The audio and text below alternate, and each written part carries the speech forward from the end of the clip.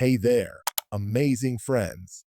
I warmly invite you to join me on this exciting journey by subscribing to my channel, liking, commenting, and sharing my videos. Every like, comment, and share brings us closer together and fuels my passion to create more great content. Your support truly makes all the difference. Thank you for being the heart of this community. The violin melody fading at night, the silent dirge rising from the dying screech of its strings. On a chill autumn night, when the sky was heavy with clouds and the wind carried an eerie whisper through the barren trees, a solitary melody began to echo from an old abandoned manor on the edge of a forgotten town. It was a sound both beautiful and harrowing, a violin's lament that faded slowly into a haunting dirge. This was no ordinary instrument. Its strings, weathered and frayed by time, seemed to cry out with an agony that transcended mortal sorrow. This is the story of that cursed violin, the ghostly music it summoned, and the dark secret it guarded within its melancholic strains, a secret that would unravel the lives of those who dared to listen too closely.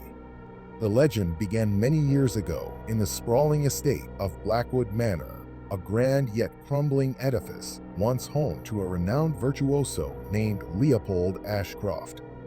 Leopold was famed not only for his masterful performances that could stir even the coldest hearts, but also for his mysterious descent into obsession. As whispers spread among the high society of his uncanny talent, rumors began to circulate that he had struck a fateful bargain with forces beyond human comprehension in exchange for his musical genius. It was said that in the dead of night, beneath a waning moon, Leopold would retreat to his private chamber, a dim room lined with ancient portraits and heavy drapes, and play his cherished Stradivarius, an instrument rumored to be imbued with an otherworldly charm. For a time, his performances were transcendent, evoking emotions that left audiences breathless. Yet as his fame grew, so too did the darkness in his music. Listeners claimed that the violin's melody, once warm and uplifting, began to twist into a sorrowful dirge, its notes decaying into a dying screech that seemed to carry the lament of lost souls.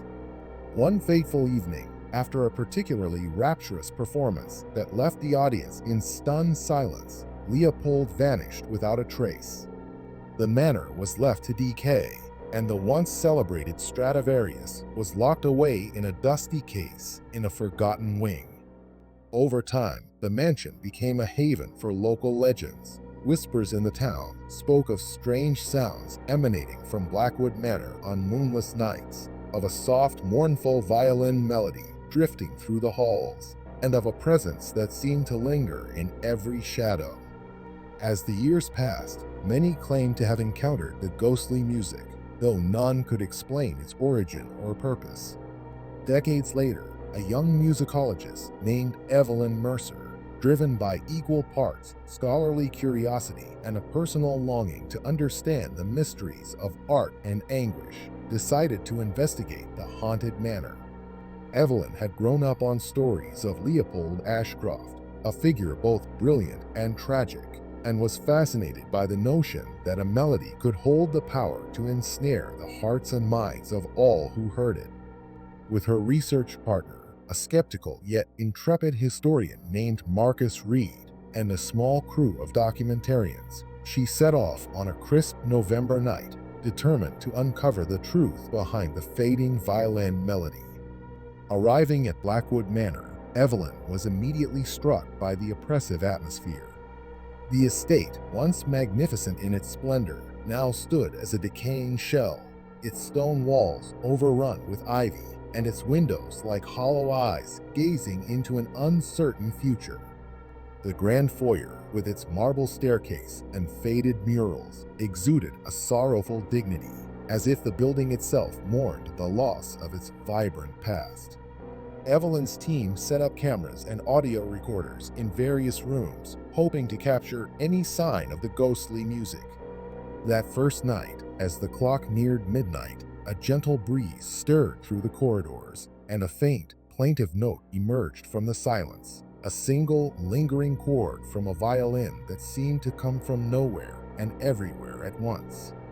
As the recording devices hummed and the ambient sounds of the night filled the manor, Evelyn and Marcus pored over old letters, diaries, and newspaper clippings discovered in the manor's dilapidated library. One yellow journal entry, written in Leopold Ashcroft's meticulous hand, recounted the night he believed his soul had been marked. In it, he described a spectral figure, an ethereal presence draped in shadows that had appeared at his window during a stormy night. This apparition, he wrote, whispered promises of eternal artistic brilliance if he were to surrender a piece of his very essence. The entry ended abruptly, its final lines smudged with what looked disturbingly like tears. Could it be that Leopold had, in a desperate bid for greatness, sacrificed part of his humanity, leaving behind a curse that would resonate through every note played on that violin? The following nights deepened the mystery. One evening, as the team huddled in the grand parlor near a dying fire, a sudden burst of cold air swept through the room, and the faint strains of a violin began to echo softly. The melody was at once hauntingly beautiful and heart-wrenchingly mournful. It started gently, like a lullaby meant to soothe, but then escalated into a series of disjointed, agonized screeches. Marcus, who had always been skeptical of ghost stories, found himself transfixed by the sound. Each note felt like an echo from a time of great loss.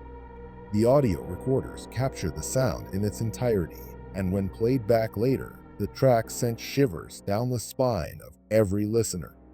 There was an undeniable quality to the music that hinted at both extraordinary beauty and unimaginable sorrow. During a thorough search of the manor's secret passages, Evelyn discovered a hidden chamber behind a false wall in what had once been Leopold's private study. In the chamber lay a solitary pedestal upon which rested the legendary Stradivarius violin, its wood darkened by time, yet exuding an almost tangible aura of melancholy. Surrounding the instrument were scattered letters and envelopes, their paper brittle and ink faded, a correspondence between Leopold and an unknown confidant.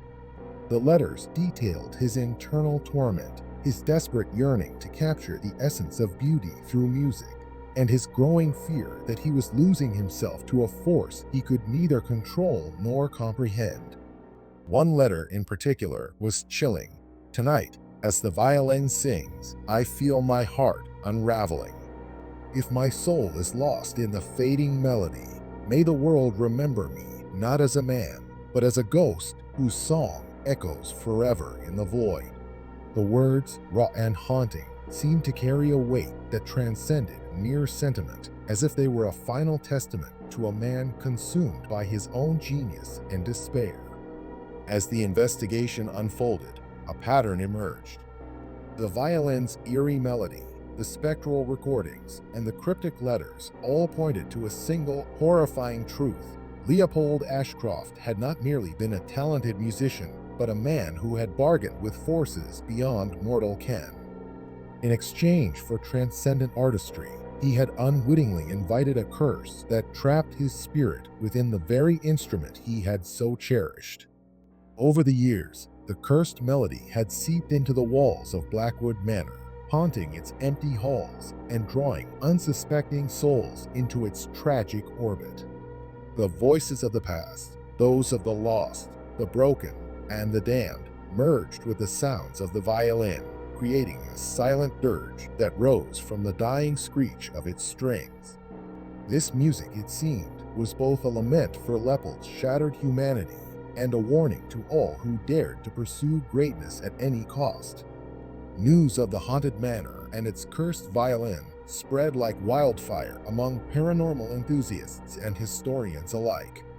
Documentaries were made, podcasts debated the merits of the curse, and skeptics argued that the phenomenon was simply the result of acoustic anomalies in an abandoned building. Yet, for those who experienced it firsthand, the truth was undeniable. There is a power in music, a power that can enchant and destroy, that can capture the soul and bind it to an eternal fate. The whispers of Leopold's final hours, preserved in the soft strains of the violin, continue to echo in the darkness of Blackwood Manor, serving as a solemn reminder that some pacts with the unknown come at a terrible price. In the aftermath of my investigation, I left Blackwood Manor with the haunting melodies echoing in my mind and a newfound understanding of the delicate interplay between genius and madness. The cursed violin, the forgotten letters, and the spectral recordings have become more than mere artifacts of a tragic past. They are a living legacy of a man who dared to reach beyond the ordinary and whose ambition was ultimately his undoing.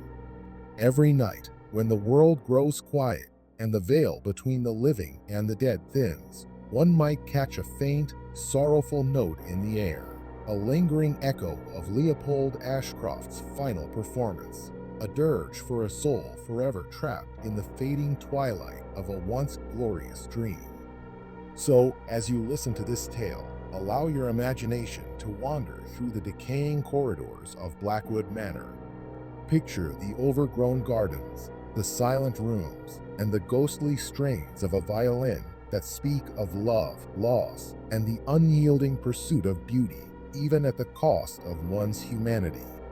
Let the melancholy melody remind you that within the realm of art, there is a fine line between creation and destruction, a line that, when crossed, leaves behind only echoes of a life unfulfilled.